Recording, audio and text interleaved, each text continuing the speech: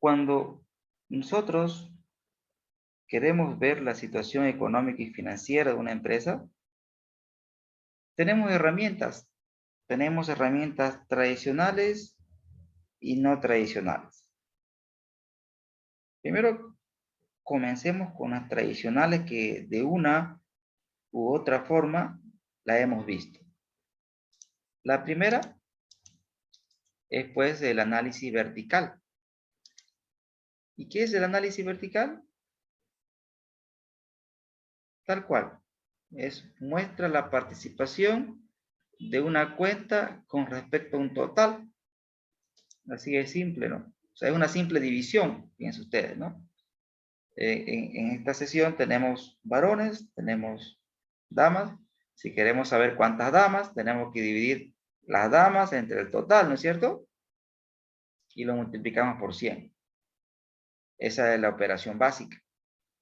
Entonces, el análisis vertical me muestra la participación que tiene cada cuenta con respecto a un total. Entonces, hay que entender que cuando yo aplico análisis vertical, por ejemplo, si yo el análisis vertical lo aplico al balance general, ¿qué espero encontrar? La estructura de inversión y financiamiento de la empresa, ¿no es cierto? ¿Cómo están estructuradas las inversiones y cómo está estructurado el financiamiento? Si lo aplico al lado del activo, el activo me muestra las inversiones, ¿correcto? Y si yo aplico el análisis vertical, ¿qué voy a encontrar? Cómo están estructuradas las inversiones. Por ejemplo, para llegar a este 33%, ¿qué operación hemos hecho? Dividir este 100, ¿entre cuánto? Entre 300, ¿no, jóvenes? 100 entre 300 y lo multiplicamos por 100.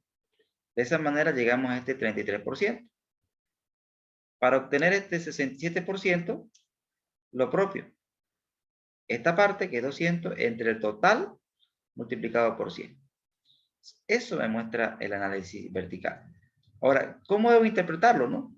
Por ejemplo, este 33% quiere decir que la empresa concentra el 33% de sus inversiones en el corto plazo. Y un 67% de sus inversiones las concentra en el largo plazo. Dependiendo del rubro que estemos analizando, esto va a cambiar. Como vimos hace rato. Por ejemplo, una empresa comercial, es lógico pensar que concentre la mayor parte de sus inversiones en el corto plazo.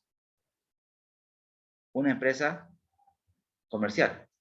Pero sin embargo, una empresa, en este caso, como hemos visto, de servicios, es normal que su principal activo sea el no corriente.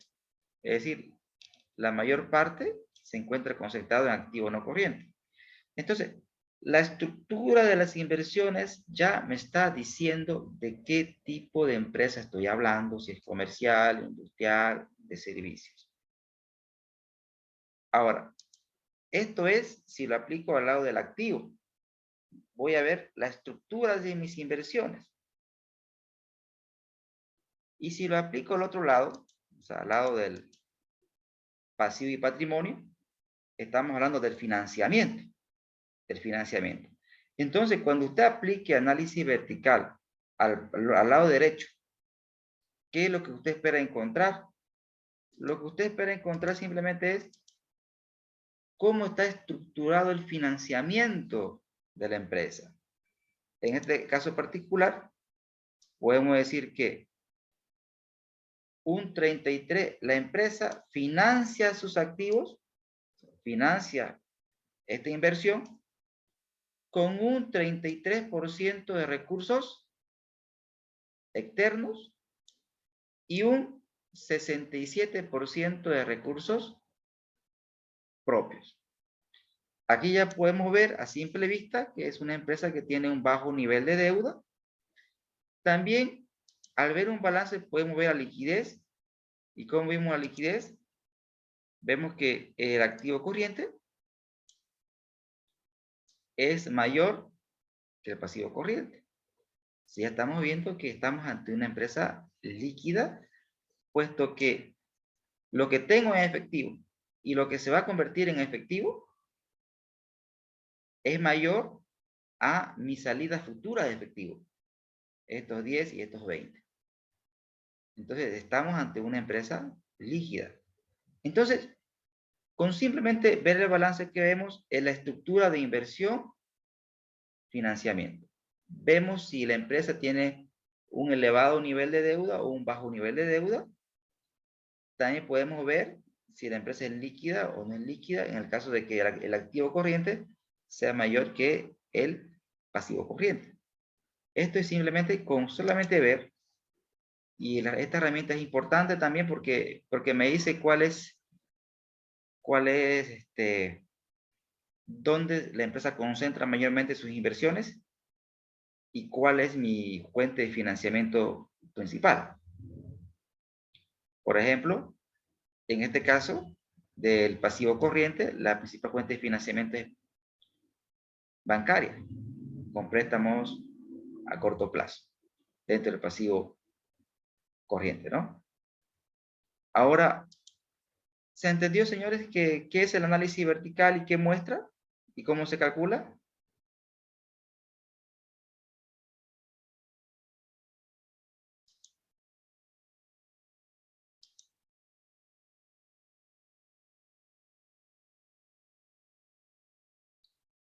¿Lo tenemos?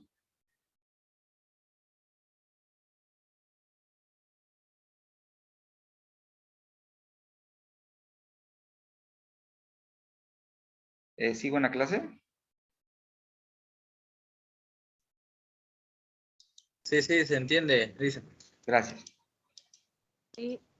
Por ejemplo, gracias. Por ejemplo, acá tengo dos estructuras de inversiones y financiamiento. A ver, hablen. ¿Qué me podrían decir? ¿Qué pueden visualizar aquí? ¿Qué pasó en esta empresa en estos dos periodos? De acuerdo a lo que ustedes pueden observar desde sus hogares. ¿Qué pueden ver?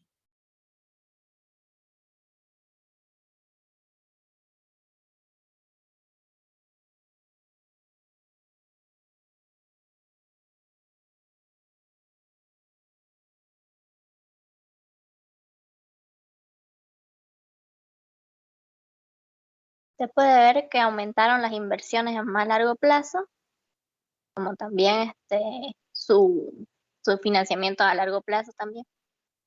Genial. Vemos por una parte que la participación de las inversiones a largo plazo aumentaron, ¿no es cierto? Y acá, excelente su intervención, gracias. ¿Su nombre? Daniela, Lisen. Bien, Daniel. Cuando nosotros hablamos del análisis vertical aplicado al activo, y por ejemplo, en este caso no tenemos nosotros los valores absolutos. Como no tenemos los valores absolutos, tenemos que tener cuidado con lo que decimos. Por ejemplo, ha existido una modificación de la estructura de inversiones. La participación de las inversiones a largo plazo han aumentado. Escuchen la palabra mágica. Participación, dije, ¿no? ¿Estamos? Sí, Lisen. Bien. ¿Por qué digo esto, no? Y en ningún momento dije crecimiento. ¿Por qué no? Porque puede ser que tanto activo de Puede corto... que, puede que sea inverso también, ¿no? Exactamente. ¿Su nombre? ¿Perdón? ¿Su nombre? Javier Antelo. Es correcto, Javier. Por eso cuando vemos nosotros el análisis vertical, siempre decimos, la participación de las inversiones ha cambiado, la estructura de las inversiones ha cambiado. La participación en este caso, la participación de las inversiones a largo plazo han aumentado. La participación. lo cual no quiere decir que la inversión a largo plazo hubiera crecido, sino la participación. Y en cuanto a la estructura de financiamiento, la participación de la deuda, como bien lo decía su colega, la participación del financiamiento a largo plazo ha aumentado, la participación. Entonces, aquí ya uno se pone a pensar, ok, entonces puede ser que la empresa, pensemos en que el activo corriente hubiera crecido, pensemos en ese escenario. O sea, ha crecido mi activo no corriente y este crecimiento ha sido apalancado con deuda a largo plazo, ¿no? Podría ser una hipótesis. Porque si uno ve que crece el activo no corriente, ojo, suponiendo que ha crecido el activo no corriente, ese crecimiento demanda financiamiento. Y mi activo no corriente lo financio con deuda a corto o a largo plazo. ¿Qué me dice la lógica financiera?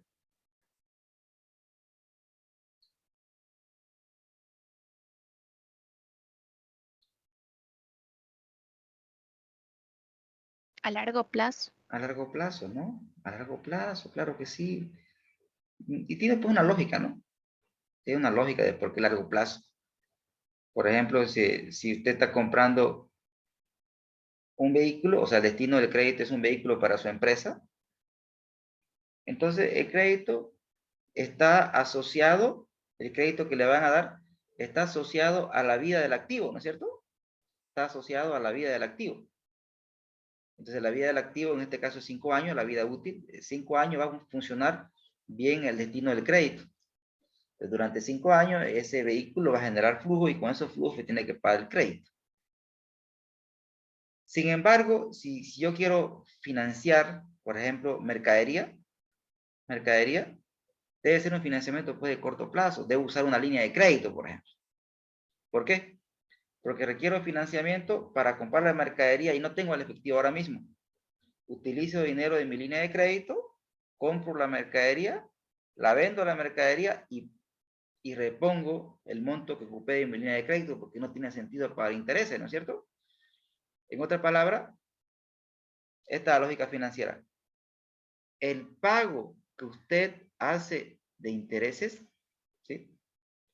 Lo debe hacer durante el tiempo que ese activo está generando flujos. ¿Correcto? Y si es un vehículo, 5 años está generando flujos, 5 años es el plazo del crédito. Pero si ese activo, por ejemplo, tiene un periodo de vida de 2 años, es un ejemplo, y usted saca un crédito a 5, ¿qué quiere decir? Que en 2 años el activo va a generar flujo. Y los otros 3, ¿con qué lo voy a pagar si no tengo un activo que está generando flujos? Entonces, esa es la lógica, ¿no? Financiamiento a largo plazo para activo a largo plazo. Financiamiento de corto plazo para activo de corto plazo. Hola, hola. Gracias. Veo como un eco, ¿no? Genial. Eso es lo que podemos ver cuando vemos dos fotos como la que hemos visto ahora. También cuando vemos el análisis vertical, pero ya aplicado al estado de resultado, igual la lógica es la misma, pero aquí nos muestra cómo se reparte la torta. Recuerden ustedes que hay una torta, esa torta se llama ingresos. De esa torta que se llama ingresos, existe una parte de la torta que se va a ir a cubrir el costo. Una parte para costo, hay otra parte que se va a ir para el gasto, otra parte que se va a ir para el banco, y hay otra parte que se va a ir pues ¿para quién? Para el Estado, ¿no? Y ya lo último, ya es para el dueño. El final, ¿no? Toda esta parte ya es para él, para el dueño. Entonces, cuando yo aplico el análisis vertical al estado de resultado, estamos viendo básicamente eso, ¿no? Cómo se reparte la torta. ¿Qué parte de la torta se da para el costo? ¿Qué parte de la torta se da para el gasto? Y en cuanto a la forma de cálculo, vean ustedes que la torta de la que vamos a repartir es el 100% de los ingresos. Entonces, en cuanto a la forma de cálculo, es simplemente cada una de estas cuentas, por ejemplo, este 100, se divide entre 200 y se lo multiplica por 100. ¿Cómo llegamos a determinar este 5%? La misma lógica. Este señor, este 10, lo dividen entre el total y lo multiplican por 100. De esa manera obtienen este 5%. Entonces, ¿qué debo mirar? ¿Qué debo mirar? Uno debe mirar esto. ¿Cuánto representa mi costo de mis ingresos? Un 50%. ¿Cuánto representa mi gasto de mis ingresos? Un 25%. ¿Cuánto representan mis intereses? Un 5%. ¿Cuánto representa el impuesto? Un 5%. ¿Con cuánto me quedo de la torta? Nos quedamos con un 15%. O sea, ¿qué quiere decir? De la torta, solamente un 15% se va para el dueño. Entonces, ¿qué es lo que buscamos? Buscamos que esto crezca, ¿no, señores? O sea, la parte que le va a tocar, pues, al dueño debería tener un comportamiento creciente. Y para que la parte de la torta que le toca al dueño crezca, ¿qué tiene que pasar?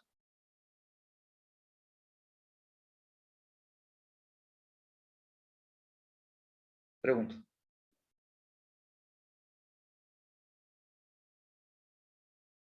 ¿Qué tiene que pasar para que la torta que le toca al dueño sea más grande? Gastos. ¿Perdón? Podría ser operativos o costos de venta. Ser eficiente, ¿no? En tanto en costos como en gastos. Ser eficiente. Y la eficiencia, pues, es una cultura. La eficiencia es una cultura empresarial. Debo cuidar el dinero de la empresa como si fuera mío. Es algo cultural. Cultural. O sea, cuando se dice, estamos mal, no hay dinero, la economía está mal, pues todas las áreas de la empresa comienzan a hacer recortes. Todas las áreas de la empresa. Automáticamente, ¿no? Se recortan los vuelos, los viáticos, comienza a haber reducción de personal, aumenta la carga laboral, porque se va uno y no contratan otro, ¿no? Si no, la carga laboral se reparte. Entonces, se busca eficiencia en costo y en gasto, así de simple, ¿no? Y es algo también cultural, es algo cultural. Ahora bien, eso es en cuanto al tema de los cálculos y la interpretación. Por ejemplo, acá tengo dos fotos. ¿Qué pueden ver aquí? ¿Qué pasó? ¿Qué le llama la atención?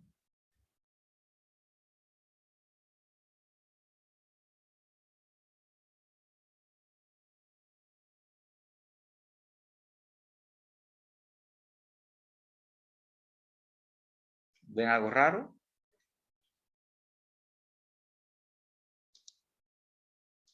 ¿Qué pasó con la parte de la torta que le tocaba al dueño? Le tocaba aquí un 15% de la torta, ¿no? ¿Aquí cuánto le toca? Ha disminuido. Ha disminuido la 10. parte que me toca. Entonces nos preguntamos, ¿y qué pasó si me toca menos de la torta? Si me toca menos a mí, a alguien le toca más. Es un razonamiento lógico, ¿no? ¿Quién se está comiendo? Costos, los costos de venta. Correcto, acá vemos que es un tema, pues, la participación del costo de venta ha aumentado. Ha aumentado. Y nos preguntamos, y pucha, ¿y qué puede haber pasado con el tema del costo, no? Y básicamente lo pueden explicar ustedes por dos variables, ¿no? En el tema del costo, una variable, dos variables. La primera es el precio de insumos. Precio de insumos. Es decir, puede ser que por factores climáticos, por factores de demanda, los precios de los insumos hubieran aumentado. Lamentablemente, las empresas no tienen control del precio de los insumos. No tienen mucho control. En consecuencia, es una variable que no podemos controlar mucho. Claro, a no ser, bueno, ¿qué hacen las empresas para controlar el precio de los insumos, no? Utilizan estrategias, por ejemplo, de integración hacia atrás, ¿no? Es decir, cuando una empresa se integra hacia atrás, trata de volverse su propio proveedor. Como en el caso de los ingenios que tienen sus propios cañaverales, ¿no es cierto? Tratan de alguna manera de tener un mayor control de los costos de los insumos. Pero no todas las empresas tienen ese poder de poder volverse su propio proveedor. La mayoría tienen que adquirir los precios del mercado y rige el precio del mercado, ¿no? Es una variable que una pequeña empresa difícilmente podría controlar.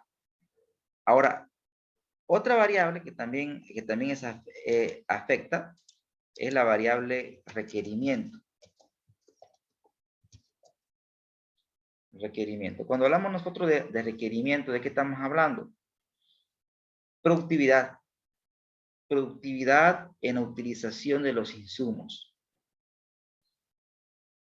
Es un ejemplo sencillo. Ejemplo sencillo. Usted va a un restaurante rústico, y vea cómo pelan la papa. Si la pelan con cuchillo, no. Y si ven si lastiman la papa, si no la aprovechan la papa al máximo. O van a otro restaurante donde todo es puras máquinas, ¿no? O sea, tienen peladora de papa, o sea, aprovechan en mayor medida los insumos. ¿Se entiende? ¿Y cómo se hace eso? Pues con tecnología. Tecnología. Otro ejemplo de requerimientos, un ejemplo sencillo.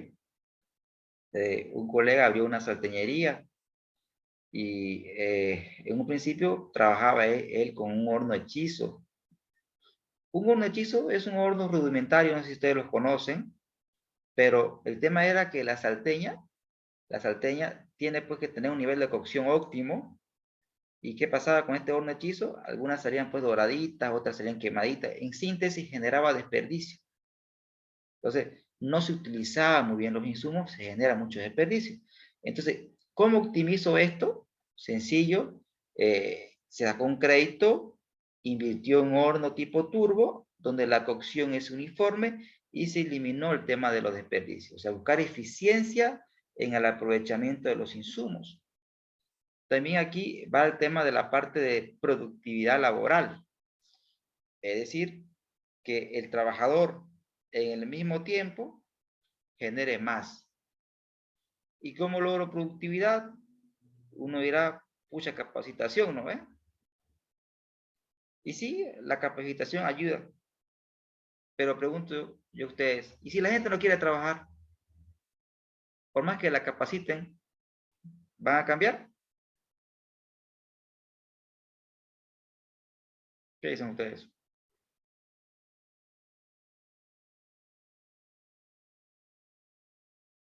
Si la gente no quiere. No, si no tienen voluntad es difícil. Es complicado, ¿no? Entonces, pareciera pues chistoso, ¿no? Pero es algo importantísimo el tema del clima laboral. Las personas en su cuenta laboral tienen que ser bien tratadas, tienen que sentir reconocimiento. Solo así la persona es productiva porque se compromete con la empresa. Al comprometerse es productiva. Entonces, toda capacitación ella sabe que es para mejorar la empresa. Si le va bien a la empresa, le va bien a esta persona. En consecuencia, el clima laboral es una variable fundamental, parece chistoso, ¿no?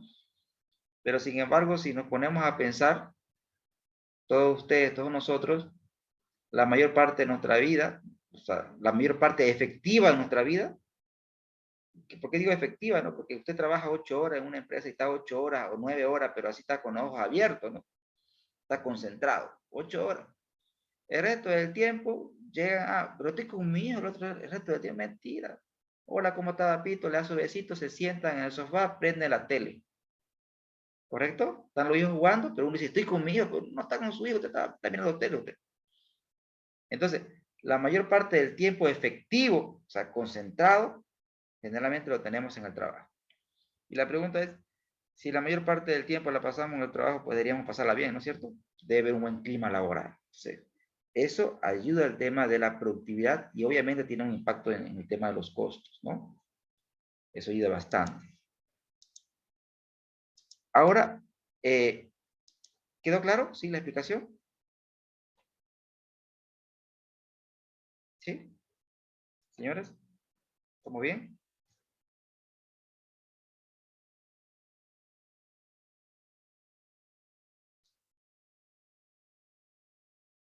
Hola, hola. Sí, dice. Ok. Otra herramienta es el análisis horizontal, que ustedes lo conocen. El análisis horizontal, ¿qué me muestra? Muestra la variación porcentual de un periodo con respecto a un periodo base.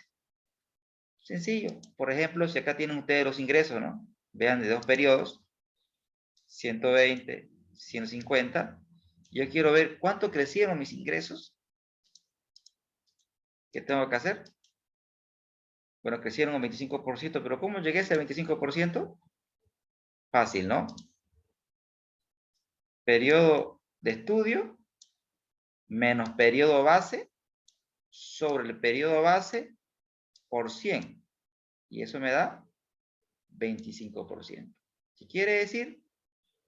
Que mis ingresos han crecido un 25% en la gestión 2000.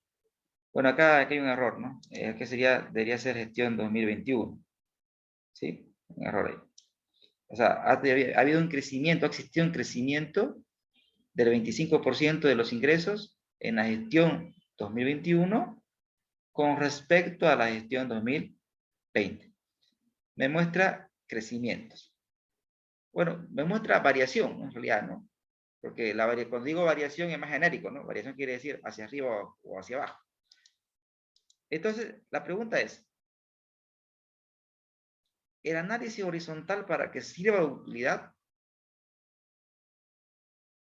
Debo hacer vinculaciones. O sea, en sí mismo un crecimiento no me dice mucho. En sí mismo un crecimiento no me dice mucho. ¿A qué me refiero? Por ejemplo, vincular. En este caso, vean, ¿tendría que haber una relación entre ingresos y cuentas por cobrar? ¿Qué dicen ustedes? ¿Tendría que haber una relación? Si mis ingresos aumentan, ¿debería aumentar mis cuentas por cobrar?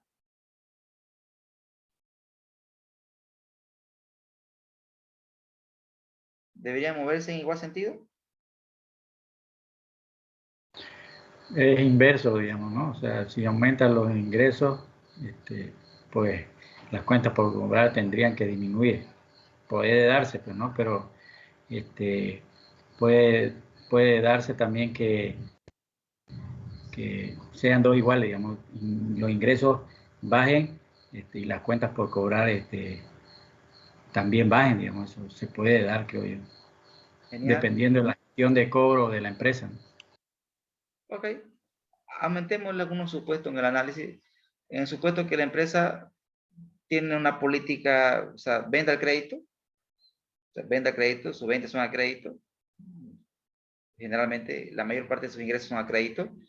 Entonces, si vendo más, quiere decir que he dado más crédito, ¿no es cierto? En esa lógica, deberían moverse en igual sentido, ¿no es cierto?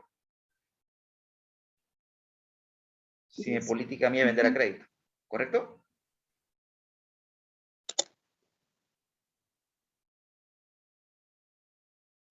Es que quizás se lo puede tomar la línea, digamos, roja como ingresos por ventas ya dadas, digamos, ¿no? Efectivamente son ventas dadas, pero las cuentas por cobrar, aquí como está diciendo, bajan, no sé, es la gestión de cobro de la empresa, digamos, o sea, normalmente se da que se aumentan los ingresos, se puede entender de que pues se está dando menos al crédito y pues de esa línea baja, pero puede darse en determinada empresa, como decía, que sea igual, digamos. Genial. Genial, ¿qué dicen los demás? Yo creo, licenciado, de que obviamente si los ingresos en una empresa que da crédito suben, no va igual, de igual forma, o sea, si las cuentas generan cuentas por cobrar, digamos, porque en realidad lo que no genera es una disponibilidad inmediata, simplemente un ingreso por venta a crédito. Ya, muy bien. Entonces, teníamos que ver el modelo de negocio, ¿no? Para empezar de la empresa. Pero si el modelo de negocio es un modelo de negocio en el cual todas las ventas son a crédito, obviamente cuando se utiliza el modelo de venta a crédito, siempre hay una parte que se paga pues, al contado al inicio, ¿no es cierto? Una pequeña proporción. Pero si mis ingresos aumentan, también va a aumentar mis cuentas por cobrar. Ahora, lo que tenemos que ver es la proporción, ¿no? La proporción. Por ejemplo, en este caso la línea azul es el crecimiento de los ingresos, por ejemplo. Vean que aquí mis ingresos decrecieron un 10%. Mis ingresos decrecieron un 10%. Pero mis cuentas por cobrar siguen creciendo a un ritmo superior al crecimiento de las ventas. Fíjense, aquí mis ingresos crecieron 11%. Y aquí mis cuentas por cobrar crecieron 23%. Entonces, cuando nosotros observamos que el crecimiento de mis cuentas por cobrar está muy por encima del crecimiento de los ingresos, dos cosas pueden pasar, ¿no? La primera es que lo normal es que en un negocio, no creo que es normal, ya, generalmente se da de que vendemos a una empresa comercial, vendemos a una parte, piensa en un Dismar, en un Tinamiga, por ejemplo. Hay personas que van a comprar al contado, ¿no es cierto? Y hay personas que van a comprar a crédito. Entonces, este caso se puede dar entender de que uno puede darse el caso de que la empresa, la mayor parte de su venta la ha dado a crédito. Supuesto número uno. Se puede dar. Si es una decisión deliberada, está bien, porque la empresa lo ha tomado así, lo ha planeado así. Pero, si mantenemos la misma lógica de venta del pasado, es decir, mantenemos la misma proporción de venta al contado y venta a crédito, es decir, que del 100% de mis ventas, un 10% es al contado, el 90% es a crédito. Si se mantiene esa lógica histórica y vemos estos números, quiere decir que la gente no me está pagando, ¿no? No me está pagando porque mis cuentas por cobrar están creciendo a un ritmo superior al crecimiento de mis ingresos. Eso quiere decir que estoy vendiendo, pero no se está yendo a caja, se está yendo nomás a por cobrar. ¿Correcto? Y esto es un tema, no quiero decir natural, pero sí es un mal de una empresa que tiene rápidas tasas de crecimiento. Déjame poner un ejemplo, ¿ya? Así rapidito. Estamos bien con el tiempo.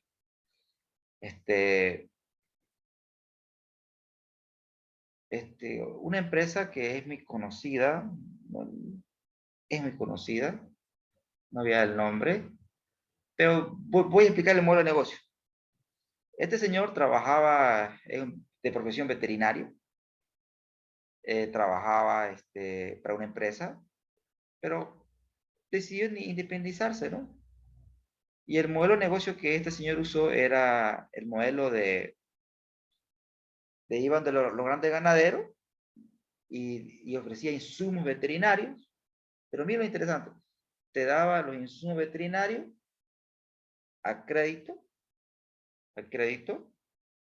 y no solamente eso, le garantizaba al ganadero que los insumos veterinarios que él iba a dar, iban a dar resultados. Porque él iba y veía que se los aplique de manera correcta, o sea, le daba la asesoría más. Miren qué interesante, ¿no? O sea, aparte de dar el crédito, me garantizaba que los insumos sí iban a mejorar mi rendimiento de mi ganado. Entonces, con ese modelo de negocio, este señor prosperó muchísimo y su empresa tuvo un crecimiento exponencial.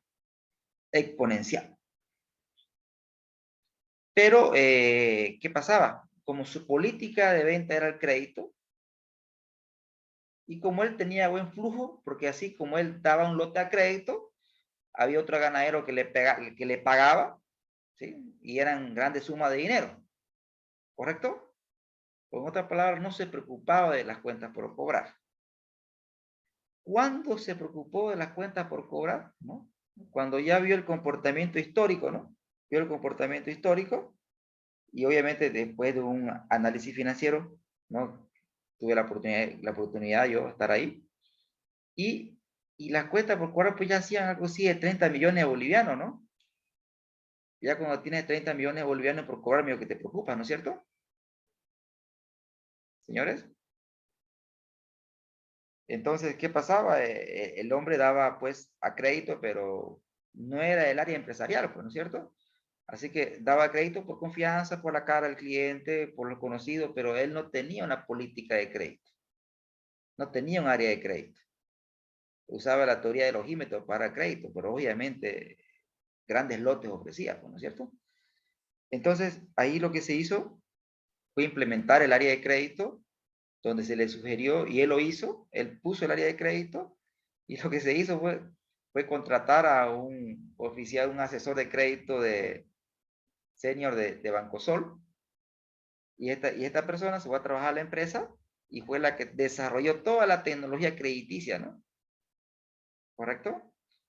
Similar situación que hizo, por ejemplo, el tema de los autos chinos, ¿no?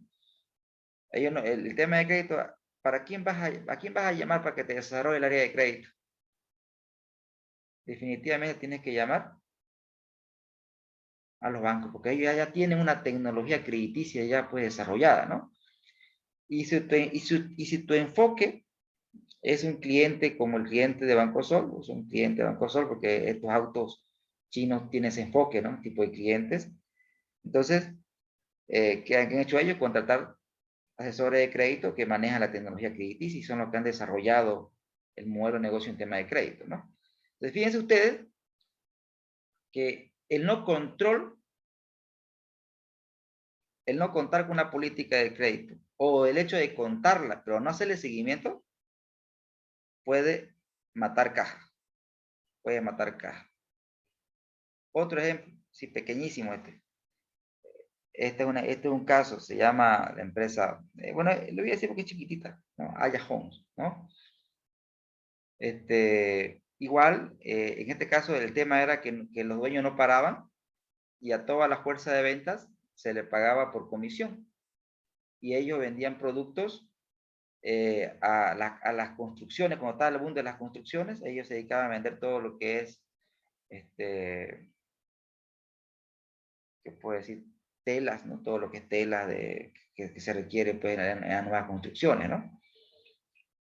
Entonces, igual tenían el mismo problema. O sea, las cuentas por cobrar se dispararon porque el sueldo de las personas estaba ligado a una meta en ventas. Entonces, había una política de crédito, había una política salarial, pero ¿y qué pasa si el cliente que das no pagaba, digamos, no? Entonces, no había una penalización en ese sentido. Penalización que sí existen en los bancos, ¿no? Porque los bancos no solamente tienen que dar crédito a los asesores de crédito, no basta con eso. O sea, te pagan comisiones si das cierta cantidad de créditos, cierta cantidad de clientes, pero también tienes que cuidar la mora. Porque en otras palabras, eso te obliga a dar buenos créditos. ¿Cuánto cuidan las moras las entidades financieras? Y esto es una práctica que tienen, por ejemplo, los bancos como Bancosol, como Fácil, como Proden. Y si alguno trabaja en banco, en el grupo, me da la razón de que muchas veces los asesores de crédito le prestan dinero al cliente para que esté al día y no entre en mora. ¿Han escuchado alguna vez ustedes cosas así? Eso es normal en el Bancosol. Por eso muchos oficiales han salido de ahí. Claro, no es una buena práctica, no que sí, pero sí es una práctica, ¿no? Es una práctica porque, ¿qué pasa? Pues porque tienen metas que cumplir y obviamente la parte variable es un monto significativo para ellos. Entonces, prefieren prestarle al cliente para comisionar, ¿no? Genial. Entonces, es una variable que hay que ver. Lo mismo, las cuentas por pagar están correlacionadas con el costo de venta. Se mueven generalmente en igual sentido.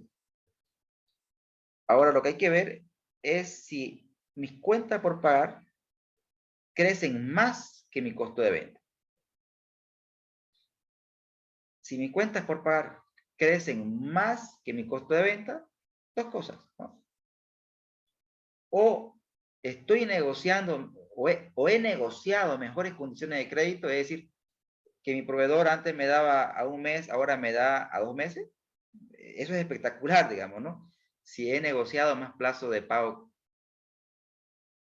Lo otro es, si no he negociado más plazo de pago y tengo los mismos plazos, y se da la figura que ustedes están viendo en su pantalla de que mis cuentas por pagar crecen mucho más que mi costo de venta, eso quiere decir que tengo yo una acumulación de cuentas por pagar. En otras palabras, no estoy pagando de manera puntual a mi proveedor. Y si usted no paga de manera puntual a su proveedor, dos cosas. No puede o no quiere. ¿Sí? No puede por un tema de flujo. Es decir, no tengo el suficiente flujo para poder cumplir de manera puntual a mi proveedor y priorizo otro gasto como en el banco. Ese es en el caso de no puedo. ¿Vale? Pero también está el no quiero. El no quiero. El no quiero quiere decir que es una práctica solo esperar al proveedor, por más que tengamos el dinero, ¿no? El otro tema también puede ser por un tema de ineficiencia. Ineficiencia, y esto se puede dar hasta en grandes empresas. Grandes empresas. Me comentaban el caso de una empresa que demoraba en pagar a su proveedor. Y esto era porque el dueño, es una gran empresa, el dueño era una persona mayor. Y el dueño, caduco, pues, ¿no? Él firmaba todos los cheques. ¿Sí? Todos los cheques los firmaba él. Y para hacer todo el proceso de pago pasaba por contabilidad, todo daba el ok, y tenían que llevar todos los cheques pues a su oficina, ¿no es cierto? Entonces él pues cuando iba se ponía a firmar los cheques. Agarraba un bollo y lo firmaba. Pero el hombre pues se cansaba y pues se iba. Pues es el dueño, ¿qué le va a decir al dueño? Pues, ¿no? Entonces, a veces se demoran los pagos por los procesos, los pagos, digamos, mucha burocracia, en este caso la concentración en una sola persona, ¿no? Que él era el que tenía que firmar los cheques sí o sí. Entonces, no puedes, no quieres, mucha burocracia, ¿no? En la cual, y también pueden existir otros factores, claro que sí, ¿no? Pero lo que tengo que ver aquí es el comportamiento de mis cuentas por pagar con relación a mi costo de venta. En síntesis, el análisis horizontal no me sirve si no vinculo. Por ejemplo, otro ejemplo, a ver. Si ustedes ven que sus inversiones en activos no corrientes crecen, ¿qué esperarían ver en las ventas? Pregunto.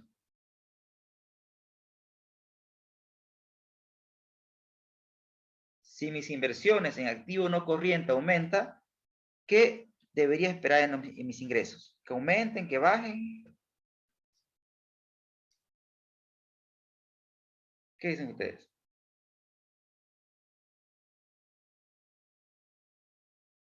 Si mis inversiones aumentan, pues debería aumentar el resultado, ¿no es cierto? Si no, pues no tiene sentido invertir. Entonces tengo que correlacionar el crecimiento de mis activos no corrientes versus mis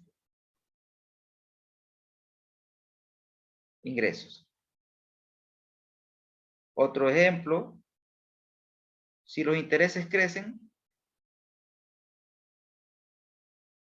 si el monto de los intereses crecen, tengo que ver qué es porque me presté más dinero. Y la otra pregunta es, o sea, ¿has aumentado tus intereses? ¿Te has prestado más dinero? ¿Para qué te has prestado más dinero? Ah, para invertir. Ok, y tu inversión se ha traducido en ventas. Fíjense, estoy ya viendo varias variables, ¿no? Incremento de los intereses, incremento de la deuda, incremento de las inversiones e incremento en mis ingresos. Entonces, el análisis horizontal por sí solo no me dice nada si no nos relacionamos, no vinculamos. Ese es el mensaje. Y luego tenemos las famosas razones financieras. Y una razón en simple es una división, pues, ¿no? Así de simple, una razón, una división. Ahora se le llama razón financiera porque esa división es de cuentas que provienen de los estados financieros. Generalmente del estado de resultado y de la balanza general. Por eso se le llama razones financieras. Son divisiones de dos cuentas, pero esas dos cuentas pues tienen que tener alguna relación. Tiene que haber una relación entre las cuentas para poder hacer esa división. Por ejemplo, vamos a ver ahora las razones de liquidez. El análisis de razones se lo clasifica en grupos. El primer grupo son el grupo de razones de liquidez. Este grupo de razones me dicen si la empresa puede cubrir sus obligaciones a corto plazo sin problemas. Se dice que una empresa es líquida cuando llega a fin de mes y puede cubrir sus obligaciones sin dificultades, es decir, paga proveedores, paga sueldos y salarios, paga al banco sin problemas. Estamos ante una empresa que es líquida. Ahora, ¿cómo mido la liquidez? La liquidez la medimos a través de ratios. El primero es ratio de liquidez corriente. ¿Qué mide? Como acá se le explica, mide la capacidad que tiene la empresa para cubrir sus obligaciones a corto plazo. Ese es el ratio de liquidez corriente. ¿Y cómo lo calculo? O sea, ¿cuál es su lógica de cálculo? Fíjense que sigue siendo una división, pero ¿será que tiene relación el activo corriente con el pasivo corriente? Pregunto.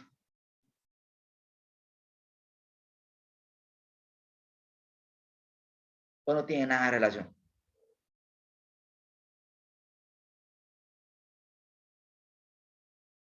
Fíjense ustedes.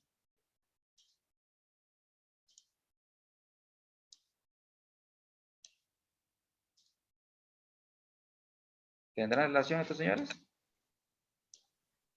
Quizás que ambos son a largo plazo. Ya. ¿A largo o corto? Corto, perdón, corto. Corto plazo. Sí, tienen relación, son a corto plazo, correcto, ¿no? Y hay un concepto importante que es el concepto de capital de trabajo. el activo corriente y el pasivo corriente es el capital de trabajo. ¿Por qué se le llama capital de trabajo? Porque tiene una característica fundamental, rotan. Todas las cuentas de activo corriente y de pasivo corriente rotan. ¿Qué quiere decir? La caja todo el tiempo se va moviendo, ¿no? La cuenta por cobrar, cobro y nuevamente doy a crédito. Cobro y nuevamente doy a crédito. El inventario, lo vendo, lo repongo. Lo vendo, lo repongo. Entonces, y el pasivo corriente, pago al proveedor y otra vez estoy recibiendo a crédito. Entonces, fíjense ustedes que el activo corriente y el pasivo corriente están totalmente rotando. 1. 2. Acuérdense también ustedes que dijimos que el activo corriente me va a generar un ingreso de efectivo futuro. ¿Correcto? Porque las cuentas por cobrar se van a transformar en efectivo. El inventario también lo voy a transformar en efectivo. Y el pasivo corriente me va a generar un ingreso en el futuro. Entonces, ¿qué me dice la lógica? Que debo buscar que mis activos corrientes sean mayores a mis pasivos corrientes. O lo que es lo mismo, pensar en lo que es el concepto de capital de trabajo neto. El concepto de capital de trabajo neto simplemente es el activo corriente menos el pasivo corriente. Y este capital de trabajo neto tiene que ser mayor a 0. ¿Qué implica, por ejemplo, un capital de trabajo neto mayor a 0? Por ejemplo, si usted tiene un activo corriente de 100 y un pasivo corriente de 50, y yo le pregunto, calcule usted el capital de trabajo neto, ¿cuánto sería? 100 menos 50, ¿no, señores? ¿Qué me indica el 50? Que la empresa, en este caso hipotético, después de cubrir sus obligaciones a corto plazo, ¿cuánto dispone para operar?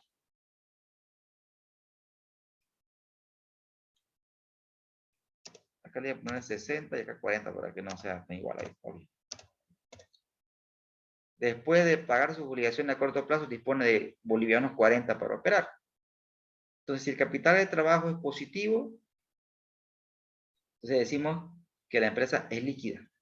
Es líquida. Entonces, tiene totalmente relación el activo corriente con el pasivo corriente. Por lo tanto, tiene lógica la división. La división. Ahora, esa división entre el activo corriente y el pasivo corriente tiene que ser 1 o mayor a 1. ¿Qué pasaría si fuera 1? Por ejemplo.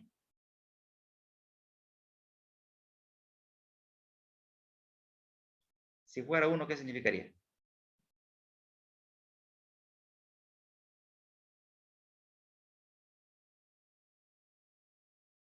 Si la liquidez corriente fuera 1, ¿cuánto sería mi capital de trabajo neto?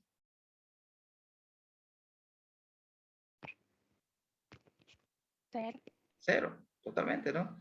Porque si mi liquidez corriente es 1, quiere decir que el activo corriente y el pasivo corriente son iguales.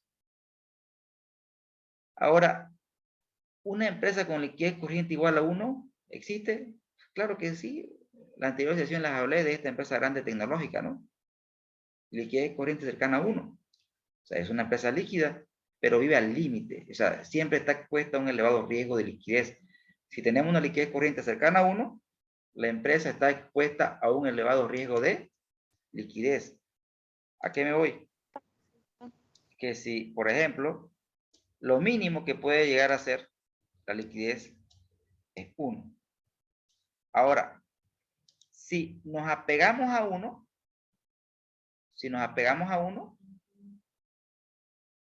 estamos incurriendo en un elevado riesgo de liquidez. Pero si nos alejamos mucho de 1, también estamos siendo ineficientes. Tenemos muchos recursos en el corto plazo inmovilizados. Entonces, no debo estar ni tan cerca a 1, ni tan alejado de 1. ¿Cuánto? ¿Cuánto es el adecuado? Cada empresa define en función de su experiencia y necesidades, niveles de liquidez adecuados. Niveles de liquidez adecuados, ¿no? Ahora, por ejemplo, en cuanto a la interpretación, ¿cómo puedo leer este ratio? Si tenemos una liquidez corriente de 2, decimos que, bueno, esto es una propuesta, ¿no?, de interpretación. Ustedes pueden tener otra. O sea, por cada boliviano que debo en el corto plazo, dispongo de 2 para cubrir. O sea, por cada uno que debo, tengo 2. En esta situación, estamos ante una empresa líquida. ¿Qué dicen ustedes?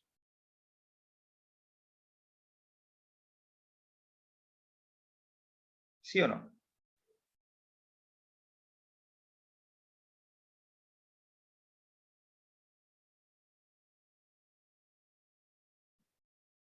Sí, definitivamente, sí, aparentemente, perfecto. Sin embargo, hay que tener cuidado.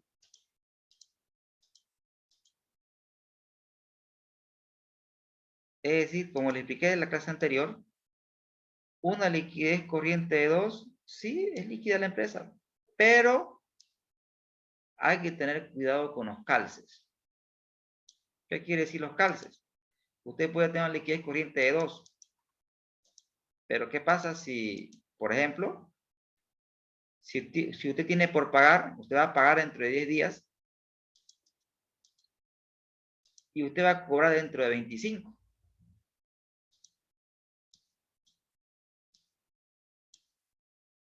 Entonces, el análisis de liquidez corriente es importante, pero lo debo de complementar con un presupuesto de caja. ¿En qué me ayuda un presupuesto de caja? El presupuesto de caja es simplemente la proyección de en qué momento van a ocurrir mis entradas de efectivo y en qué momento van a ocurrir mis salidas. El presupuesto de caja trata de ver los calces. Es decir, que cuando yo vaya a incurrir en un egreso, en el tiempo, cuente con el efectivo para poder cubrirlo. Entonces, puedo ser líquido con datos hectáreos de la balance, pero si tengo problemas en los calces, igual voy a tener problemas de efectivo en el futuro. Entonces, no basta con ver liquidez. Los analistas están todo el tiempo proyectando ingresos y egresos para ver los calces de efectivo. Los calces de efectivo. Entonces, no basta con solamente ver este número. Otra parte también importante es el de cómo usted sabe que está bien o mal con relación a un indicador. Entonces, una lógica es ver si ese indicador tiene un parámetro. O sea, un parámetro quiere decir un número que le diga está bien o está mal. Por ejemplo, un parámetro. La liquidez corriente tiene un parámetro, les pregunto a ustedes. ¿Hay un mínimo? ¿Cuánto es lo mínimo que puede ser la liquidez corriente? ¿Hasta dónde puede bajar mi liquidez? Pregunta. Yo tenía entendido que la liquidez tenía como que un parámetro del 1.5, que es lo óptimo para ser considerado lo normal o óptimo. ¿Y lo mínimo?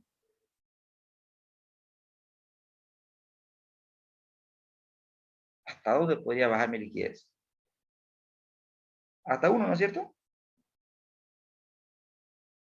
¿Sí? Es decir, por cada peso que debo, tengo un peso. ¿Sí? Entonces, la liquidez corriente tiene un mínimo. Es igual que cuando uno es estudiante y tiene que aprobar con 50 más 1, ¿no es cierto? 51 es el mínimo. En posgrado es 60 a nota de aprobación. Si no estoy mal. Sí, 60 Una es. consulta. ¿Pregunte? Para una empresa constructora que recibe los ingresos una sola vez al mes, ¿se considera activo corriente? para una empresa constructora, a ver, no entendí muy bien. Es una empresa constructora y le pagan solamente una vez al mes, digamos, ¿no? Claro, claro, claro, es corriente, claro, percibo mis ingresos de Es manera un solo periódica, pago, un solo pago al mes. percibo un solo pago al mes. Claro, Claro, o sea, contablemente, si hacemos el balance, al corte, por ejemplo, diciembre, me aparece por cobrar, siempre tener algo por cobrar, ¿no es cierto? Y esa cuenta sí, por cobrar se renueva cada mes. Es decir, me pagan, entra a caja y otro día tengo cuenta por cobrar, ¿no es cierto? Ese es el ciclo, ¿no es cierto? sí. Genial. Sí, efectivamente es corto plazo, ¿no? Ahora, ¿qué debo entender aquí? Que si el indicador tiene parámetros, entonces vamos a ver cómo estamos con relación al parámetro. Si mi liquidez, el parámetro mínimo es 1 y la empresa tiene 0,8, ¿qué me está diciendo? Que por cada peso que debo, solamente podría pagar 0,8. Entonces, estamos ante una empresa que no es líquida. ¿Estamos? La pregunta que les hago a todos ustedes, ¿una empresa con una liquidez de 0,8 podría vivir?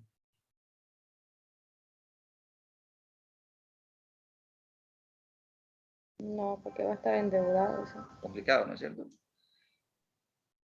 En realidad, sí, ¿no? Podría vivir, pero si no soluciona esto, en el corto plazo, es sostenible una empresa que esté siempre con una liquidez corriente menor a 1. Un ejemplo, y la pregunta es cómo vive, ¿no? Un ejemplo de este tema de liquidez corriente menor a 1 es el tema de los Tajivos, por ejemplo. El Hotel Los Tajivos, bueno, ¿y por qué mencionar el nombre? Porque es una empresa que tiene sus estados financieros en la Bolsa Boliviana de Valores. No ha tenido buen desempeño económico los últimos años y tiene una liquidez corriente menor a 1. Pero sin embargo, ustedes ven que siguen invirtiendo, ¿no es cierto? Siguen invirtiendo, siguen construyendo. Entonces, ¿qué pasa? ¿Qué te dice las finanzas? Que por cada peso que debes, solo tenés 0,8. ¿Cómo haces para pagar tus obligaciones? Simple, ¿no? El dueño tiene que, con su espalda financiera, tiene que sustentar el corto plazo de la empresa. ¿Pero va a ser siempre? No, va a llegar un límite donde el dueño dice ya no pongo más flujo, no inyecto más flujo, el hotel que tiene que autosustentar. Pero obviamente eso es parte de la gerencia, ¿no? de la política o la estrategia a largo plazo que ellos tengan, ¿no es cierto? Pero sí puede vivir, pero es corto plazo, no puede estar todo el tiempo con una liquidez corriente menor a 1, porque es como una bola de nieve, ¿no? Es una bola de nieve. Si no generas flujos, acumulas por pagar. Así de simple. Acumulas por pagar. Si no generas flujo. Es a nivel personal también, pues, ¿no es cierto? Si usted no genera flujo y se presta dinero, o que tiene dinero, pero tiene pasivos. No sigue generando flujo, se presta a otra persona, genera más pasivo. No sigue generando flujo, se presta a otra persona, genera más pasivo, paga un poquito y sigue creciendo su pasivo. Va a tener flujo, pero a costa de pasivo. Y eso es insostenible. Entonces, lo primero que debo ver es si tengo un parámetro para ver si estamos bien o estamos mal con relación a ese parámetro. Lo otro es compararme con una empresa similar. Pero acá en Bolivia por lo menos eso es complicado. Si analizamos el banco A con el banco B, sí, porque los bancos presentan sus estados financieros de manera periódica y usted puede descargar los indicadores ya calculados de la ASFI, ¿no? Y comparar cómo está el banco A con el banco B, cómo está el banco B con relación al sistema. Entonces, puedo hacer comparaciones en el caso de que los estados financieros pues sean un tema público, pero por ejemplo, de una universidad, de una cooperativa, ¿será que tenemos todos los estados financieros? Una cooperativa de agua me refiero, o una universidad. Generalmente en nuestra cultura, los estados financieros son secretos de estado, ¿no, señores? Lo maneja el contador y el dueño nomás. Rara vez, si usted lo va a pedir ver, no se lo van a dar en secreto de Estado, ¿no? Entonces, no tenemos esa cultura de querer mostrar nuestra información. Entonces, medio complicado aplicar esta metodología de comparar con promedio, porque no tenemos esa data. Lo que sí es algo que sí hacemos, es ver el comportamiento histórico. O sea, cómo estamos con relación a la historia. ¿Estamos mejorando? ¿Estamos empeorando? Entonces, la historia me dice mucho. La historia me dice mucho. Entonces, una técnica interesante es comparar con la historia. Entonces, hasta aquí. Otro indicador que está dentro de los indicadores de liquidez, pero tiene una ventaja importante. Fíjense que la liquidez ácida, ¿qué es lo que hace? Al activo corriente le resta el inventario. Le resta el inventario. Y si le resta el inventario, ¿qué quiere decir? ¿Qué pasaría, Juan, si no vendemos el inventario? ¿Aún podríamos cubrir nuestras obligaciones a corto plazo? Si no vendemos el inventario, ¿será? Veamos. Por ejemplo, una liquidez ácida de 0,8. Es decir, por cada peso que debemos, tenemos 0,8 para pagar nuestras obligaciones, sin tomar en cuenta los inventarios. Si bien la liquidez corriente tiene parámetros, este no. La liquidez ácida no es una regla que tenga que ser 1, ni 0,8, ni 2. Entonces, ¿qué debo ver? A ver. Por ejemplo, ¿para qué me sirve este indicador? Sería la pregunta, ¿no?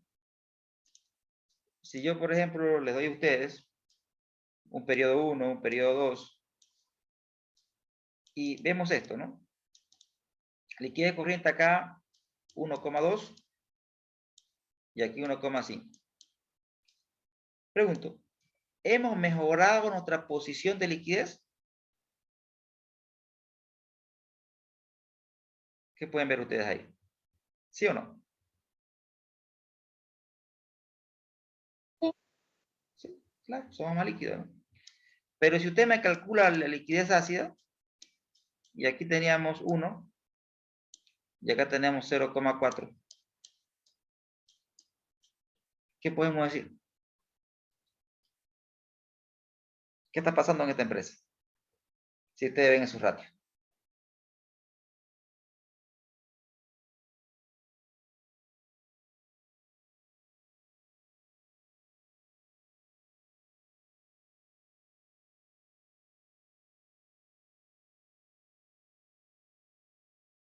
Pregunto.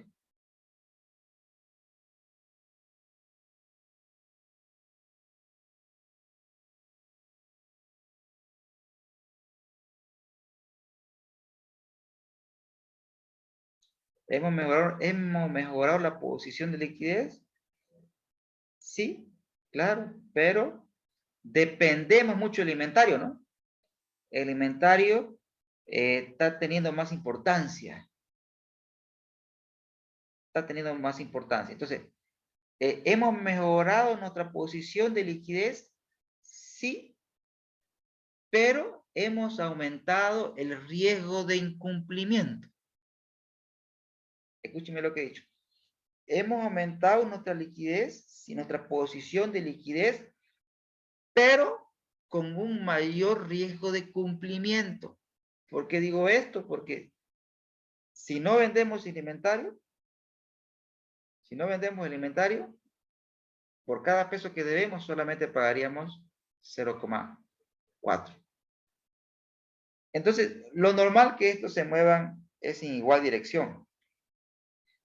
Muchas veces, en muchas empresas, ejemplos, pues hay muchos ejemplos, ¿no?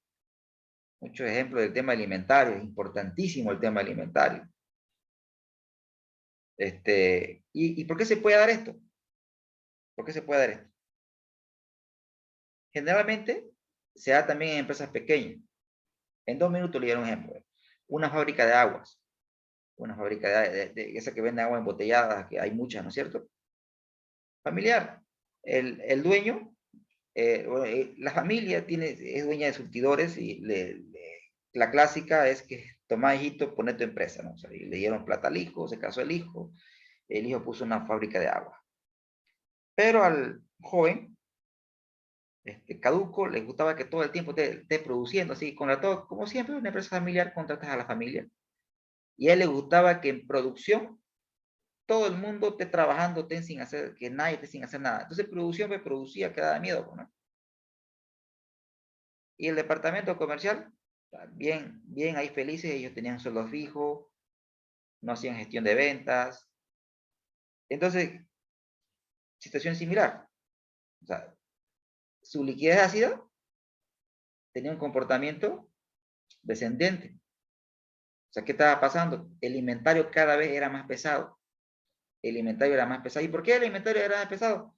Porque producción producía y el área comercial ahí bien, gracias.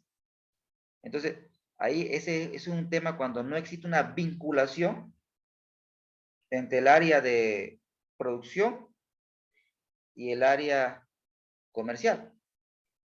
Entonces, obviamente ahí la solución, ni por dónde perderse, pues, ¿no?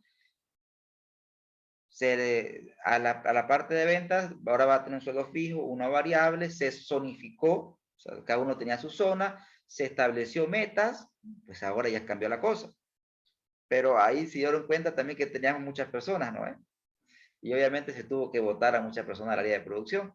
Y como eran familiares, y para Yetera el pelado era familiar de la mujer, creo que la mujer se enojó, ¿no?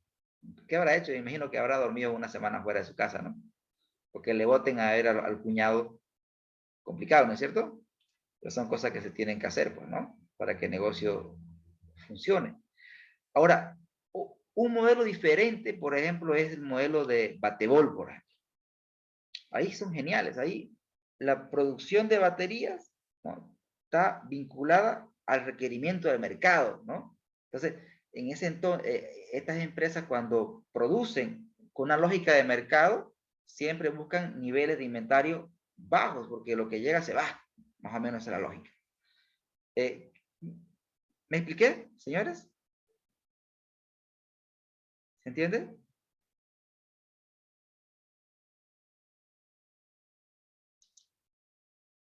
¿Pregunto? ¿O siguen conmigo? Ya lo estoy aburriendo. Está en otra ya. Disculpe, licenciado, yo una consulta para Hágalo. poderle entender. No sé, no escuché bien quizá el detalle cuando explicó la secuencia de este análisis de la prueba o liquidez ácida de 1 a 0.4. ¿Por qué determina de que en la mejor posición, digamos, si no se sabe el otro dato? ¿O se supone qué dato que tiene, digamos? Ya. Ok, aquí lo que estamos viendo en esta empresa hipotética, ¿no?, que la posición de liquidez corriente mejoró, porque antes por cada peso que debíamos tenemos 1,2, pero sin embargo en el periodo 2, por cada peso que debemos, tenemos 1,5. Mejoró la posición de liquidez. Pero mi liquidez ácida bajó. Si mi liquidez corriente aumenta y mi liquidez ácida baja, eso quiere decir que el inventario está más pesado. Claro, determinante es el inventario, digamos, pero quería ese detalle que está mejor con ese 0.4 que está No, en... para nada, ¿no? Para nada. En tal caso deberían moverse en igual sentido. En igual sentido. Entonces acá tenemos un mayor riesgo de cumplimiento. Ah, ya, el segundo, ya, no le escuché ese detalle. Entonces. Correcto. Aquí tenemos, la empresa está expuesta a un mayor riesgo de cumplimiento, se llama eso, ¿no? Ya, Siempre tenemos que ver estos dos señores que se muevan en igual dirección, y si cambia eso, pues tenemos que explicar por qué cambia, ¿no? Entonces, lo cual me obliga a explicar la secuencia de un análisis. O sea, ¿cuál es la secuencia de un análisis financiero? Punto número 1, usted tiene que hacer calculitos, como acá veo ratios calculados. Segundo, tiene que saber interpretar, o sea, leer, saber qué significa el número, ¿no es cierto? Eso es lo que estamos viendo ahorita en la presentación. ¿Qué significa cada número? Pero eso no es análisis. O sea, el análisis es cuando ustedes explican el por qué cambió el número. Cuando usted está explicando el por qué de 1,2 aumentó 1,5, el por qué de 1 bajó a 0,4, cuando usted se cuestiona, eso es análisis, ¿no? Entonces, ese es análisis financiero. Cuando damos respuesta al porqué de los cambios, para eso vamos a tener un caso práctico, pues, ¿no? Ahora el enfoque es saber qué significa cada numerito, cómo se calcula y para qué sirve. ¿Preguntas? Cuando habla del inventario, ese inventario tiene que estar pagado, ¿verdad? ¿O no necesariamente? Cuando dice inventario pagado, ¿a qué se refiere? Digamos, si yo tengo una constructora y utilizo cemento, que el cemento esté pagado. No necesariamente, porque lo puede deber el cemento y estar en el inventario, ¿no? ¿Correcto? Ah, ya. No importa entonces. Genial, Ya. genial su intervención, correcto. No necesariamente, ¿no? Así. Porque lo tengo en inventario, pero no le he pagado, lo tengo por pagar, ¿no es cierto? Pero igual, esa es la lógica. Genial. Ahora, otro indicador aún más ácido es este, se llama liquidez inmediata. La liquidez inmediata, fíjese que tenemos en el numerador disponible. Disponible. ¿Qué quiere decir esto? Por ejemplo, si tenemos una liquidez inmediata del 30%, ¿qué quiere decir esto? Que si el día de mañana nos tocan la puerta, proveedores, nuestros trabajadores, nos toca el banco la puerta, solo podríamos pagar hasta un 30%. Solo hasta un 30%. Entonces, ¿cuál es el ideal? Luego repito, es la empresa, de acuerdo a su historia y su experiencia, que definen el ideal, ¿no?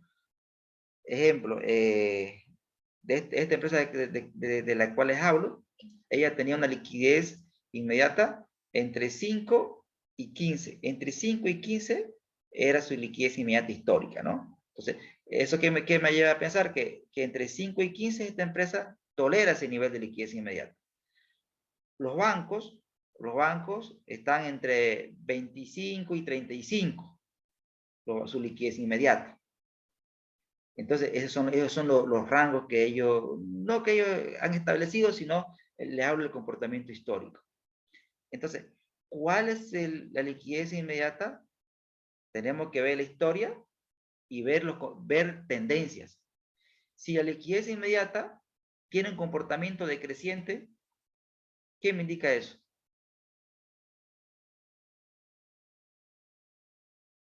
Si mi liquidez inmediata decrece de forma constante, ¿será que debería preocuparme? Que cada vez tenga menos disponible para afrontar mis obligaciones a corto plazo. Sí debería, porque después no tendría efectivo para poder operar. Totalmente, o sea, el LI es algo que debo hacerle seguimiento y es importante los comportamientos, ¿no? Los comportamientos, ver comportamientos. Y alguien dirá, ¿por qué esta empresa tiene un LI decreciente cuando tiene crecimiento en ventas? Porque nosotros pensamos que si aumentan las ventas, debería aumentar mi LI, ¿no es cierto? No podría pensar. Y es hasta razonable pensarlo, pero ustedes saben perfectamente que el crecimiento, o sea, un crecimiento fuerte puede matar a LI. A ver, me explico. Un crecimiento desordenado puede hacer que la empresa quiebre por liquidez. Por eso hasta el crecimiento se planifica. Recuerden ustedes que si crecemos en venta, también crece mi capital de trabajo. Y le puede pasar lo que le estaba pasando a este señor, al caso que le expliqué de esta empresa que se dedica a la comercialización de insumos veterinarios. O sea, ¿qué quiere decir? Crecimiento crecía mucho, pero ahí había mucho en por cobrar. Y su LI estaba bajando, su liquidez inmediata. ¿Por qué? porque tenía mucha concentración de recursos en cuenta por cobrar. O sea, el crecimiento consume recursos. El crecimiento consume recursos. ¿Y cómo es eso? Claro, pues crecer te consume recursos porque tienes que tener ya más dinero invertido en por cobrar, tienes que tener más dinero invertido en inventario.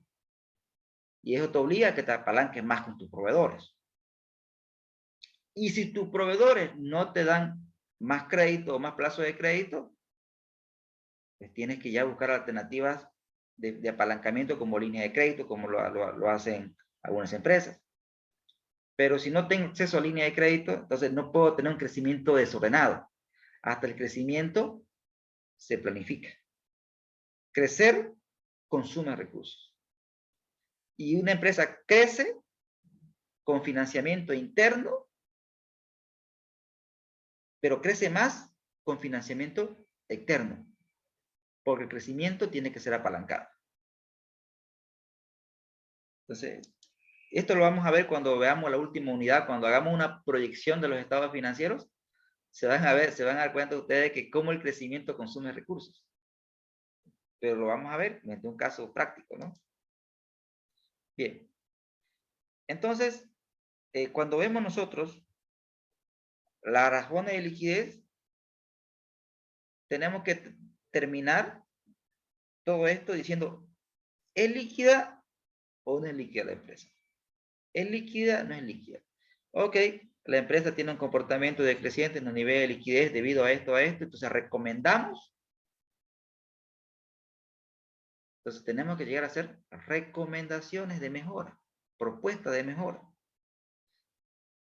Quizás no, como les mencioné antes, ustedes van a analizar empresas. Van a analizar empresas. Y quizás no sepamos puntualmente el problema principal porque no estamos en la empresa. Pero sí vamos a proponer ideas de mejora. Ahora, si usted analiza una empresa que es suya y tiene sus estados financieros, pues espectacular. Véalo como una consultoría gratis que le están haciendo a esa empresa, ¿no? Genial. Ahora, las razones de eficiencia la podemos resumir en ver cuán eficiente es la empresa, en este caso no la empresa, sino el administrador financiero, cuán eficiente es en manejar la inversión. O sea, las razones de eficiencia miden cuán eficiente es su gerente financiero en manejar sus activos. Genial. ¿Y cómo mido eso? ¿Cómo mido eso? Con indicadores. Hay un indicador que es muy usado, es se llama rotación de activos. Vean ustedes que es una división y como numerador que tenemos una cuenta de resultados y como denominador que tenemos una cuenta de activos. Pregunto, ¿tendrá lógica dividir estas dos cifras?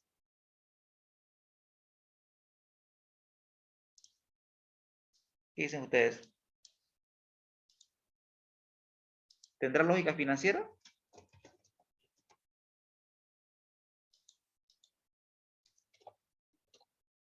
¿Están de acuerdo? ¿Qué tenemos como denominador? Una inversión, ¿no es cierto? Y como numerador un resultado. Entonces, si esto lo redactamos, podría ser el resultado de gestionar mi inversión. ¿Están de acuerdo?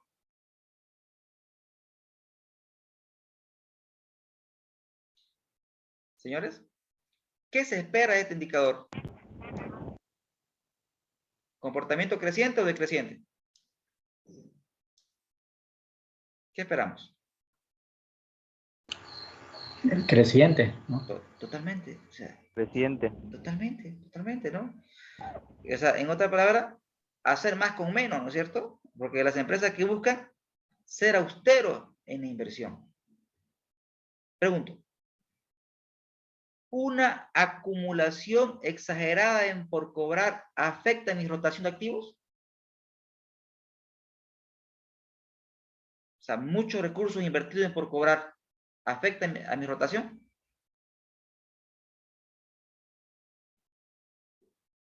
Sí, Lice. Definitivamente, Sí. muchos recursos invertidos en inventario también afectan. ¿Sí?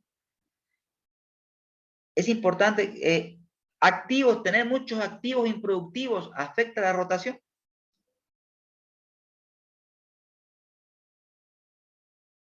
Sí, Lice. Claro que sí. O sea, activos que no tengan nada que ver con el negocio. Y acá, algo importante, señores, también es ver la idiosincrasia de nuestras empresas. Voy a poner un ejemplo. En una empresa, cuando veo el tema de los activos y veo un terreno, y ese terreno está valorado en $1.000.000, ¿sí?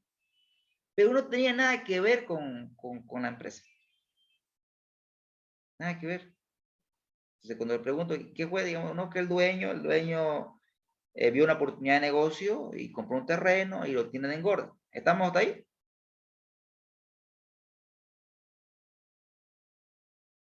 ¿Estamos? ¿Ustedes creen que la incorporación en el balance del terreno afectó este ratio?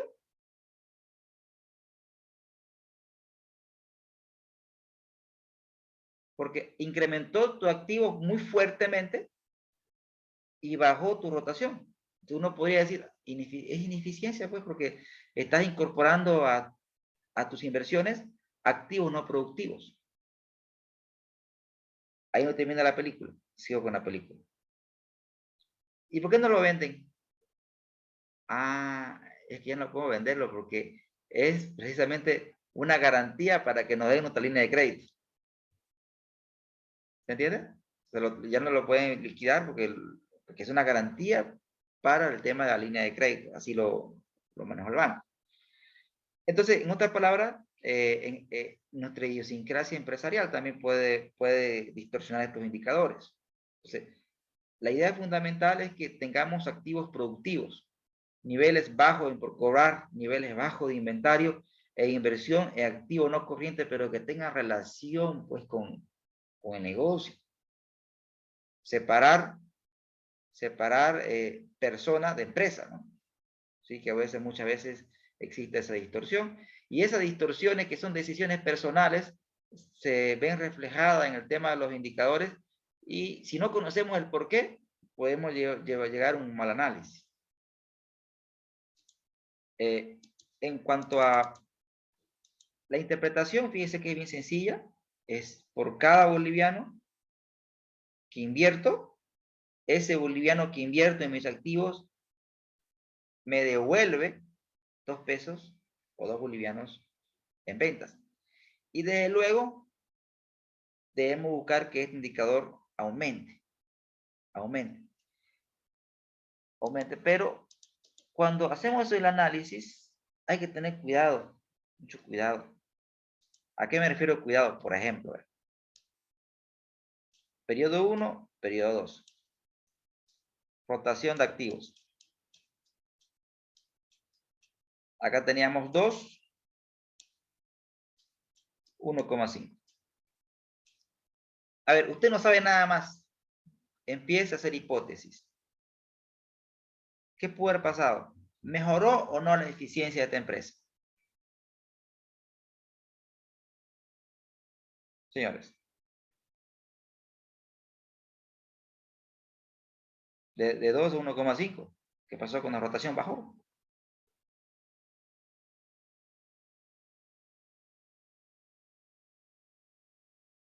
¿Qué me dicen?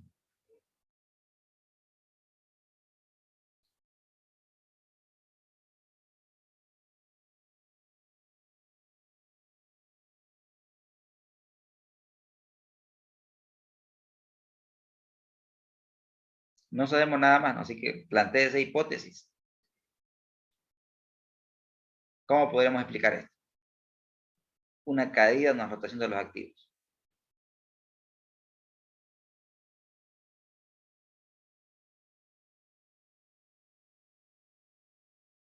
¿Siguen conmigo en clase?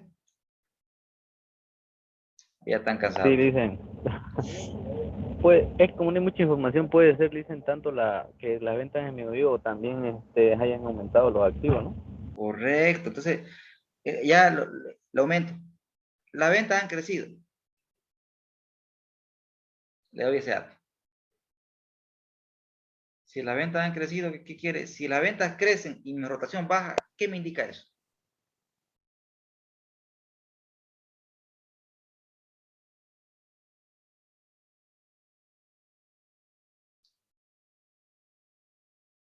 Que mis recursos invertidos, ¿no? Han incrementado en mucha mayor proporción. Primer mensaje. Puede ser que esta empresa esté vendiendo más, pero está haciendo un desastre en el manejo del activo corriente. Es decir, se le ha acumulado las cuentas por cobrar, se ha acumulado el inventario, cosa que sus inversiones se han vuelto más pesadas. Vendes más, pero eres ineficiente en la gestión de tu capital de trabajo. Uno. Lo otro, pues, también puede ser un tema estratégico, ¿no ve? Puede ser que, si bien la empresa, un ejemplo es, a ver, estamos ahorita en ANUR, por ejemplo. Si la ANUR construye un nuevo edificio, digamos al ladito, ahí donde están compra este terreno y construye un módulo parecido al que se tiene. Pregunto, ¿la construcción de ese nuevo edificio afectará este ratio? Sí, Definitivamente. es un activo. Es un activo, ¿no? Es cierto.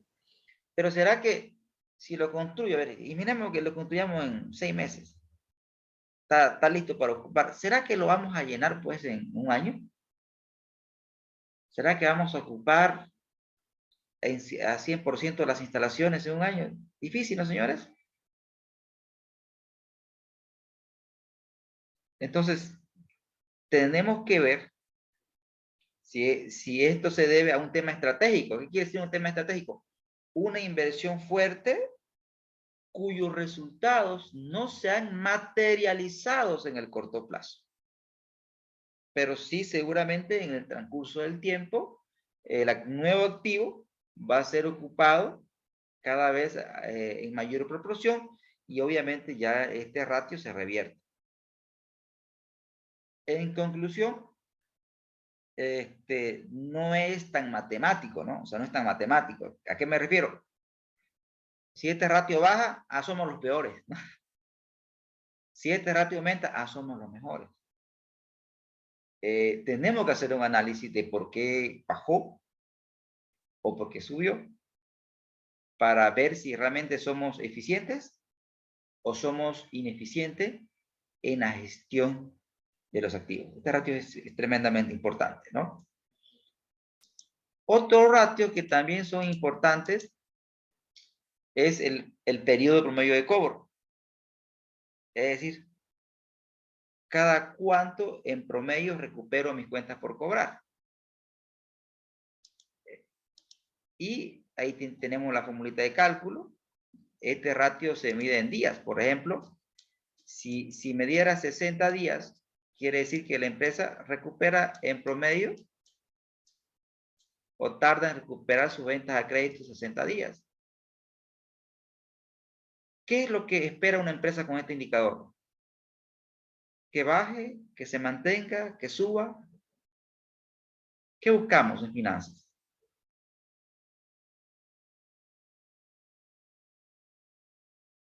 Pregunto. Señores.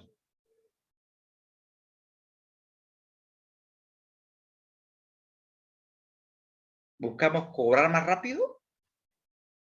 ¿O buscamos apalancar más al cliente? No se olvide usted que cuando usted da productos a crédito, lo que está haciendo usted es apalancar a su cliente, ¿no es cierto? O sea, le está prestando dinero a su cliente, porque le está dando el producto y el cliente no le está dando dinero. En otras palabras, en términos sencillos, usted está financiando la compra como empresa. Y lo que toda empresa pues busca es que el cliente, para empezar, que lo lleve al contado. Eso es lo que buscamos, que lo pague al contado, porque queremos flujo ya. Y lo otro, le damos incentivos para que pague al contado. O sea, lo incentivamos. Mira, si lo paga al contado, estamos haciendo un descuento. Pero si estamos a crédito, buscamos siempre que este número disminuya. O se mantenga o disminuya. Si el periodo promedio de cobro tiene un comportamiento ascendente, mata flujo. No dije flojo, mata flujo, ¿no? ¿Qué quiere decir? Un crecimiento desordenado de la cuenta por cobrar mata flujo operativo. Mata flujo operativo porque estoy sacrificando caja. Estoy sacrificando caja. Entonces, es muy importante ver el comportamiento histórico de este indicador más que el número. Más que el número. Quizás el número no me diga mucho o quizás aleje de la realidad. Porque en realidad, si queremos ver el periodo promedio de cobro, en realidad tendríamos que ver el mayor de por cobrar, ¿no es cierto? Tendríamos que ver el mayor de por cobrar, tendríamos que ver los plazos pactados de pago versus el pago efectivo, ¿no es cierto? En otras palabras, estando en la empresa, tendríamos que ver más detalle. Tendríamos que ver más detalle. Este indicador es muy global. Es muy global. Y al ser muy global, más que el número, yo sugiero que veamos comportamientos. ¿Me dejo entender? Es muy global, porque tenemos cuentas por cobrar, es una bolsa muy grande. Tendríamos que ver el detalle. Pero para efecto de análisis, nos sirve más ver el comportamiento. Ver el comportamiento de este indicador versus la venta, por ejemplo. Y para ver si el comportamiento realmente, si este comportamiento es altamente creciente, les aseguro que eso mata caja. Y se puede ver cuando calculemos el flujo efectivo. Entonces, en general, buscamos siempre o se mantenga o que baje. Otro indicador similar también es el tema del periodo promedio de inventario, es decir, cuánto tiempo demoramos en vender. Tiene su fórmula e igual se mide en días. Igual se mide en días. Por ejemplo, si es 40, quiere decir 40 días. Es decir, que demoramos 40 días en vender nuestro inventario. De luego, en finanzas buscamos siempre que esto baje. Buscamos que nuestro inventario rote lo más rápido posible. Y para que el inventario rote lo más rápido posible, primero debo tener el inventario que necesito. Eso es lo primero. Es decir, analizar mi inventario, o sea, tener una buena data de inventario y ver cuáles son mis artículos que más rotan, pues, ¿no es cierto? Por ahí en el inventario que tengo artículos que compré hace 5 años atrás, no rotan y los tengo ahí. Tengo que liquidarlos. Tengo que deshacerme de ellos. Y traer artículos que efectivamente roten. Acá lo importante es la rotación. Y el control de inventario. Y el control de inventario es clave aquí. La eficiencia en el control de inventario.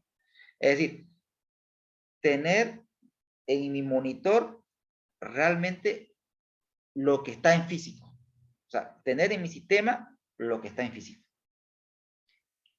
Y la tecnología pues ha avanzado, ¿no? Porque ustedes saben perfectamente que usted puede hacer un recuento manual de inventario, pero eso puede demorar tiempo, ¿no es cierto?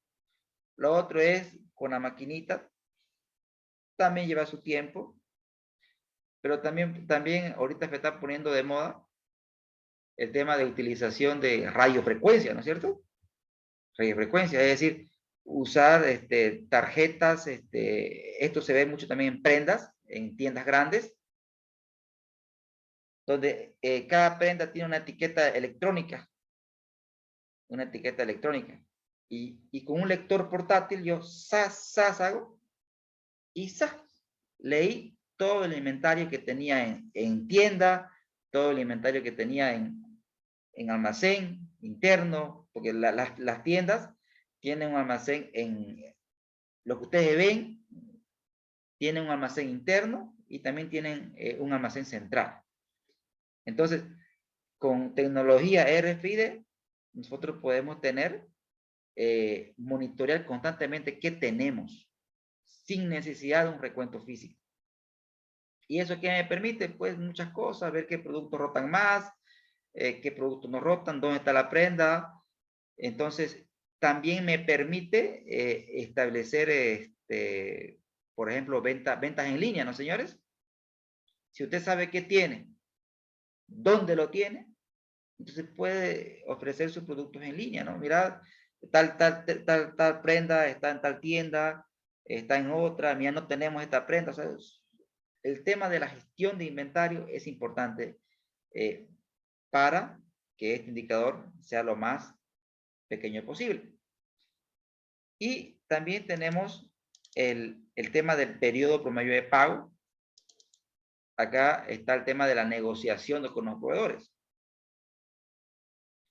La pregunta es, por ejemplo, a ver, si usted negocia con su proveedor pagarle cada 60 días, ¿qué buscamos nosotros como empresa? ¿Negociar plazos cortos o plazos largos? Pregunto. ¿Qué buscarían ustedes? Dicen, buscamos negociar periodos más largos para poder pagar. Totalmente, buscamos siempre el mayor apalancamiento del proveedor. Y ahí viene otra variable. ¿Tengo o no tengo poder para negociar? Por ejemplo, a ver, los supermercados, por ejemplo, los hipermaxi, ¿tendrán ellos poder para negociar con los proveedores? ¿Qué creen ustedes?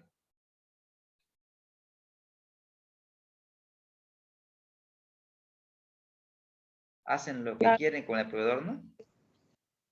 ¿Sí? Claro, porque tienen, ¿y cuándo una empresa tiene poder para negociar? Pues cuando compra grandes volúmenes de compra, ¿correcto? Entonces, el comprar mucho me da poder para negociar. Pero muchas veces las empresas no tienen ese poder para negociar con el proveedor. Es el ejemplo clásico de, no clásico, ¿no? Del ejemplo que le mencioné en la clase anterior, de esta empresa de tecnología, que da al crédito a sus clientes, ¿no? Su cliente de Luyustu, de La Paz, su cliente de Chiriguano, de acá de Santa Cruz, o sea, son importantes proveedores, pero sin embargo, pese a ser la empresa quizá más grande del país, los volúmenes de compra son minúsculos en comparación de los grandes proveedores. Entonces, eso limita su poder de negociación. Limita su poder de negociación. Entonces, si tú das a crédito, pero pagas casi al contado, tienes que acudir a financiamientos bancarios como línea de crédito para poder apalancar el capital de trabajo, para que la maquinita funcione. Entonces, estas razones de eficiencia me muestran la eficiencia ya a detalle. O sea, la rotación es global, ¿no es cierto? Porque vemos todos los activos, ¿no es cierto? Vemos los activos de manera global, pero acá ya vemos en detalles cómo se gestiona el capital de trabajo, porque estamos viendo cuentas por cobrar, estamos viendo inventario y estamos viendo cuentas por pagar. Estos tres señores dan origen a un tema realmente interesante, que es el ciclo de conversión de efectivo. El ciclo de conversión de efectivo es, si yo invierto un peso ahora lo invierto, ¿cuándo vuelve? Ese es el ciclo, así de simple. Invierto un peso hoy, ¿cuándo vuelve? Entonces, el ciclo de conversión de efectivo es un tema de que lo vamos a tratar al inicio de la clase siguiente. Tengo unas 7 presentaciones más. Las terminamos el día lunes hasta las 8. Nos hemos extendido un poco en el tema de la charla, porque tampoco es pasarla por pasarla, ¿no es cierto? hay que darle su importancia relativa a cada indicador. Falta deuda, rentabilidad, Dupont, y luego le brincamos al caso. ¿Alguna consulta o duda o algo que no hubiera quedado claro en esta sesión, señores? ¿Estamos bien con la velocidad? ¿Estoy yendo muy rápido, muy lento? ¿Me estoy haciendo entender con ustedes? Pregunto. Todo claro, Listen. ¿Se entiende? ¿Estamos bien con la velocidad? ¿El ritmo? Sí, está bien, Listen. Genial. Sí, bien, licenciado. Lo único, preguntarle, ¿sus diapositivas la va a subir ya a la plataforma? Sí, correcto. Van a estar, aunque no las terminé de explicar, pero van a estar en la plataforma para que ustedes las vayan viendo todas y sea más productiva la otra clase del día lunes. ¿Listo? También voy a subir un caso. Si bien no nos dio el tiempo para armar y no me hicieron acuerdo del tema de los grupos, pero igual voy a subir las instrucciones a la plataforma, aunque no hemos armado los grupos, para que ustedes lo vayan leyendo las instrucciones. Eso va a estar mañana. Ustedes vayan leyendo las instrucciones y ya el día lunes armamos los grupos a la entradita nomás. Armamos los grupos y ya ustedes me piden aclaraciones con relación al trabajo. ¿Están de acuerdo, señores? Sí, de acuerdo, Luis. Genial. Genial. No me queda más que darles las gracias por esta parte. Yo sé que es teórica, un poquito aburrida, pero ya vendrán cosas más interesantes. Gracias a todos. Feliz fin de semana. Muchas gracias, Listen. Buen fin de semana. Gracias, licenciado. Hasta luego. Hasta luego. Hasta luego, Luis. Buenas noches. Hasta luego.